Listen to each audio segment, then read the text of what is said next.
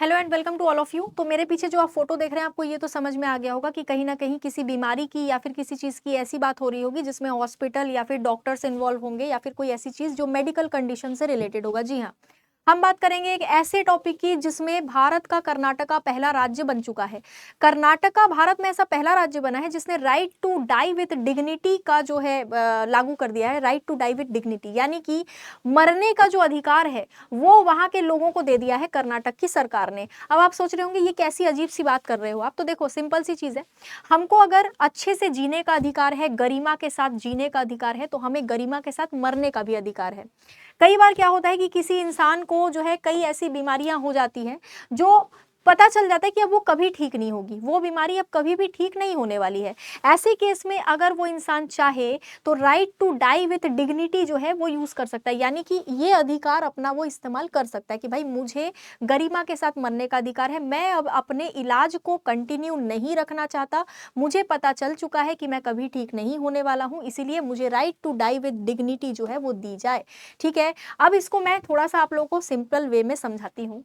कर्नाटक की जो सरकार है इसने अपने ऐतिहासिक फैसले में गरिमा से मृत्यु का अधिकार अपने राज्य में पूरी तरीके से लागू कर दिया, पहला राज्य बन गया। सुप्रीम कोर्ट ने जनवरी 2023 में एक फैसला दिया था, उसी फैसले के तहत इस तरीके के रोगियों को ऐसा अधिकार मिला है। मतलब वो जो फैसला 2023 में आया था उसी का प्रभाव यहाँ पर कर्नाटक के इस वाले फैसले में देखने को मिला है।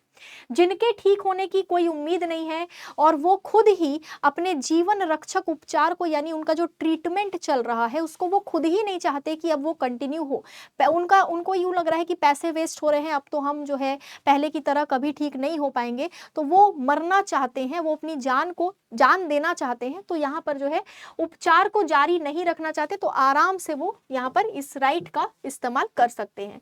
ठीक है, अब आपने एक और चीज सुनी होगी, यूथेनेसिया, वो क्या होता है वो भी आपको पता होगा, तो उससे थोड़ा सा ये डिफरेंट है। बाकी कोई भी मरीज अगर गंभीर और लाइलाज बीमारी से पीड़ित है, वो तो जीवन रक्षक उपचार नहीं रखना चाहता है, तो उसके इस फैसले का सम्मान डॉक्टर करेंगे। लेकिन ऐसा नहीं है कि एक इंसान ने बोल दिया कि भाई मुझे मरना है तो यहाँ पर मर गया, वो ऐसा नहीं होगा, इसमें बहुत सारे लोग इन्वॉल्व होंगे। ठीक है, इसमें क्या होगा, डिस्ट्रिक्ट हेल्थ ऑफिसर जो है वो ऐसे केस को प्रमाणित करेंगे। जब किसी को right to die with dignity देना है, ये अधिकार देना है, वो इस अधिकार का यूज करेगा, तो ऐसे केस में डिस्ट्रिक्ट हेल्थ ऑफिसर जो है वो प्रमाणित करने के लिए इस केस को सेकेंडरी बोर्ड में न्यूरोलॉजिस्ट, न्यूरोसर्जन, सर्जन, एनेस्थेटिस्ट और इंटेंसिविस्ट को रखेंगे और इस बोर्ड का फैसला माना जाएगा। ये बोर्ड पूरा का पूरा इस केस को देखेगी कि भाई ये जो मरीज है ये right to die with dignity का जो डिमांड कर रहा है, ये जो अपना इलाज जारी नहीं रखना चाहता, मरना चाहता है क्योंकि इसको लग रहा है कि ये अब आगे कभी ठीक नहीं होगा, तो क्या सच में ऐसा है? तो ये जो बोर्ड है ना, इसमें बड़े बड़े डॉक्टर्स जो है यहाँ पर होंगे, सर्जन वगैरह होंगे इस बोर्ड में, और वो लोग इस पूरे मैटर की जांच करेंगे, और जिसके बाद अगर वो भी कह देते हैं कि हाँ भैया ऐसा है, तो इसके बाद मरीज को गरिमा से मृत्यु का अधिकार मिल पाएगा। यानी कि ऐसा नहीं है कि आपने बोल दिया हम बहुत बीमार हैं अब हमको नहीं जीना, तो ऐसे ऐसे ही जो है मरने का अधिकार आपको दिया जाएगा, ऐसा नहीं होगा। ये पूरा का पूरा बोर्ड तय करेगा, पूरा जांच होगा कि हाँ भाई नहीं हो सकता ये ठीक, तो इसको जो है यहाँ पर मृत्यु का अधिकार दे दो।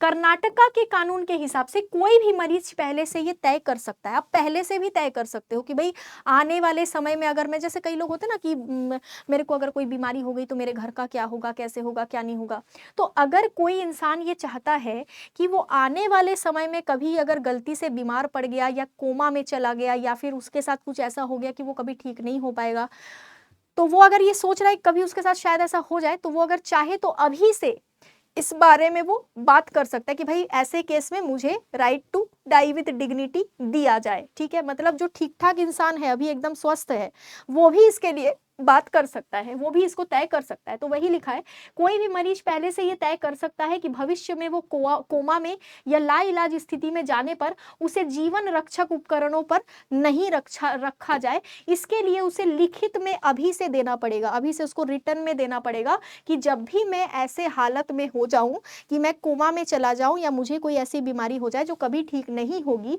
तो ऐसे में मुझे शांति से और सम्मान के साथ मरने में मदद किया जाए।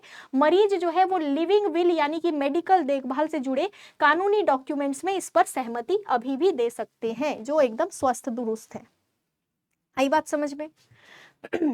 अब यहाँ पर तुम देखोगे कि ये यूथेनेसिया से काफ़ी डिफरेंट है। यूथेनेसिया जो होता है वो एक्टिव भी होता है, पैसिव भी होता है।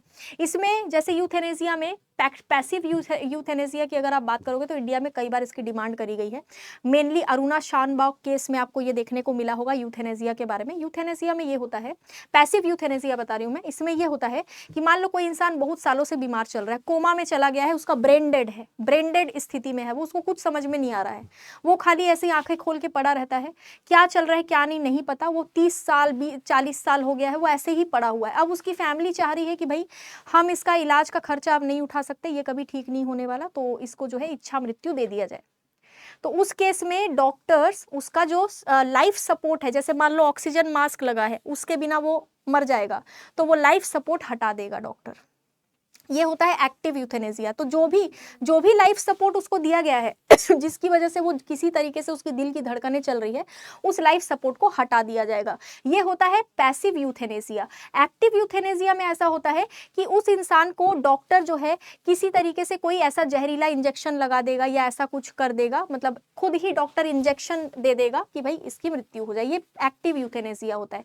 इंडिया में एक्टिव यूथेनेसिया का कोई प्रावधान नहीं है, ना ही ये कभी लागू होगा, लेकिन हाँ पैसिव यूथेनेसिया आप कई बार देख सकोगे। ठीक है, तो हमारे इंडिया में यूथेनेसिया को थोड़ा गलत तरीके से देखा जाता है, इच्छा मृत्यु को, लेकिन ये जो right to life, right to die with dignity है, ये थोड़ा सा डिफरेंट है उससे।